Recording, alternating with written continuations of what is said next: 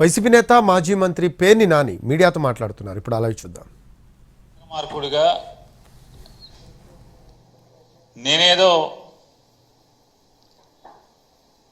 ఉద్దేశపూర్వకంగా తప్పుడు పనులు చేశానని చెప్పని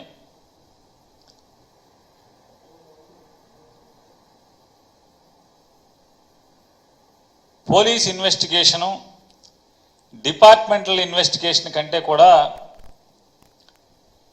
మీడియా సోషల్ మీడియా అత్యుత్సాహంతో విపరీతమైనటువంటి రాజకీయ కక్షతో చిలవలు పలవలుగా పుంకాను పుంకాలుగా రోజు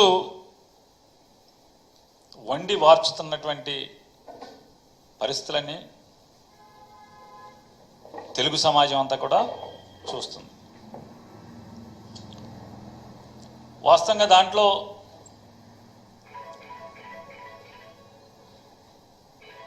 ఆవిడ నిర్మాణం చేసి రెంట్కి ఇచ్చినప్పటికి కూడా ఉన్నది ఒకటే గోడౌను.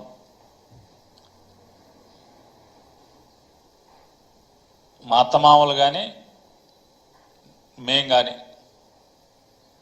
అంటే ఆలోచన ఏంటంటే వయసు 60కి దగ్గరికి వెళ్తున్నాం, రిటైర్ అయితే లేకపోతే ఏ వ్యాపకం చేయలేని, అంటే రిటైర్ అంటే ఏదైనా వ్యాపారమో లేకపోతే కాంట్రాక్ట్లో ఇంకోటో ఏదైనా వ్యాపారం చేయలేని పరిస్థితులు ఉంటే ఏదైనా రెంట్ వస్తుంది అనే ఆలోచనతో చేసినటువంటి నిర్మాణం. రెండోది ఏంటంటే పోర్టు తొందరలో పూర్తవుతుంది, ఎవరో ఒకళ్ళు వచ్చి రెంట్ తీసుకుంటారనేటువంటి నేపథ్యంలో దాన్ని నిర్మాణం చేసిన పరిస్థితులు.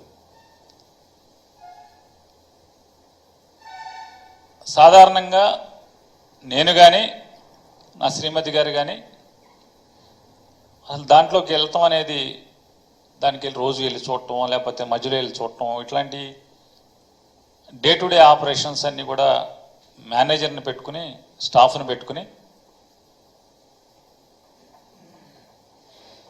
ఆపరేషన్స్ జరుగుతున్నాయి. 25 నవంబర్ 2024 తారీఖున 25వ తారీఖు నవంబర్ 2024న ఆ గోడౌన్స్ కేర్ టేకర్గా ఉన్నటువంటి, అంటే అక్కడ ఆపరేషన్స్ చూస్తున్నటువంటి మేనేజరు వచ్చి షార్టేజీ కనపడుతుందండి, ఏంటో మాకు అర్థం కాలేదు, రికార్డ్స్ అన్ని చూసుకున్నాం, చూసుకుంటే లారీ కాట ఏదో తేడా కనపడుతుందండి, వేరియేషన్ ఉంది అని చెప్పని చెప్తే మేము కూడా ఆందోళన చెందిన మాట వాస్తవం. అంటే మా శ్రీమతి గారు ఆందోళన చెంది వెంటనే ఆవిడ 26వ తారీఖున, ఇందులో మాకేం పాపం పుణ్యం తెలియదు, అయినప్పటికీ కూడా గవర్నమెంట్కి ఏదైనా నష్టం జరిగితే అది ప్రజాధనం కాబట్టి వెంటనే దాన్ని భర్తీ చేయాల్సినటువంటి నైతిక బాధ్యత మన మీద ఉంటుంది. కోర్టులకి వాటికి వీటికి వెళ్ళటం లేకపోతే వేచి చూడటం ఇట్లాంటి కరెక్ట్ కాదని చెప్పని, 2 ఇట్లా లోపం ఉంది అని తెలిసినప్పుడు మనమే అధికారులు కనుక ఇంటిమేట్ చేస్తే అది సదుద్దేశమే మనది అనే ఉద్దేశంతో 26 నవంబర్న 2024 సంవత్సరం జాయింట్ కలెక్టర్ గారికి ఆవిడ ఒక రికమెండేషన్ ఇవ్వటం జరిగింది.